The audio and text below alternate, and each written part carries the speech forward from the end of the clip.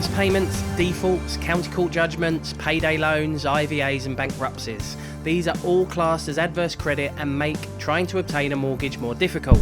In this video, I will tell you what you need to do to obtain a mortgage with adverse credit in 3 simple steps. Let's go.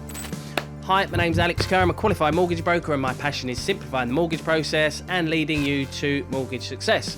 Let's get into the vid. Step 1. You need to obtain your credit file to see what's going on, to see how many missed payments you have or how much that default was or when that CCJ was registered. I have created a form that I use for my clients alongside a checkmyfile credit report and then register how many missed payments, how many defaults, how many CCJs the individual has in the last 12 months, 24 months and 36 months, as this will determine how to work out at what point you will have mortgage options. I've also created a mini course which will provide you a video showing you how to use the form as well as downloading your credit file and obtaining the data from your credit file to go onto the form. It's completely free. To download the details and have login details emailed to you, just enter your name and email address. The link's in the corner of the screen and in the description below, called Free Bad Credit Mini Course. We are working on a brand new mentorship program and online course which will be called Bad Credit Expert and will take you from wherever you are now with any credit profile and take you to a position where you'll be able to obtain a mortgage. Not only that, we'll give you all of the mortgage lenders that you can use with bad credit. You'll have lifetime access to the program and lifetime access to a Facebook group, which will provide you mentorship throughout your journey. Anyone who registers for the free Bad Credit mini course will be given early bird access to the mentorship program and big discounts. It's going to take around 3 months for the release, so just sign up for the free course if you would like to be notified when the full course comes available. Step 2 is understanding which category you fall into. There are 3 adverse credit categories that I've created. Category number 1 is minor adverse credit. Category number 2 is adverse credit, and category number 3 is severe adverse credit.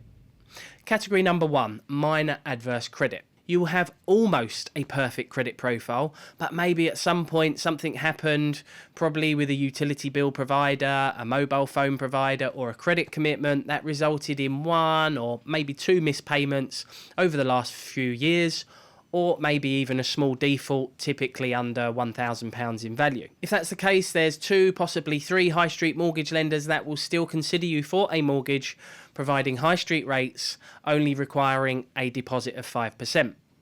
Category number 2, adverse credit.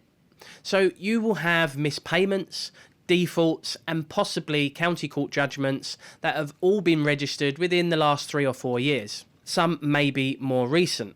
As long as you do not have any missed payments, defaults or county court judgments registered within the last 6 months, then there are mortgage lenders that will be willing to lend to you. The more that time passes without any adverse credit registered, the more options you will have and the better the rates will be. However, you are going to need, as things stand, a 15% deposit. Some mortgage lenders will want the adverse credit satisfied, meaning it's paid off before a mortgage application, but there are some mortgage lenders where you don't need to satisfy the debts. However, be aware this can cause potential problems with the credit providers themselves when it comes to long-term relationships with that specific credit provider. However, most of these mortgage lenders are what I call secondary mortgage lenders, which means they are not high street mortgage lenders. The rates and fees will be higher, and most of them you can only access via mortgage brokers. You cannot apply direct with a lot of them, as adverse credit is more complex and requires a professional to submit this type of mortgage. Part of the application will require you to submit a letter explaining your reasons for the adverse credit. This must be passed by the mortgage lender. My clients provide the reasons they have had their adverse credit, and then I put it into terminology that the mortgage lender will understand. If I forwarded the letters on direct without helping my clients complete them, many of them would not be accepted. Category number 3 is severe adverse credit. This is where you will have either an IVA or bankruptcy. This is the worst type of adverse credit and the most difficult to get a mortgage for. You're going to need a 20 to 30% deposit and also be released from your IVA or bankruptcy, meaning that is satisfied.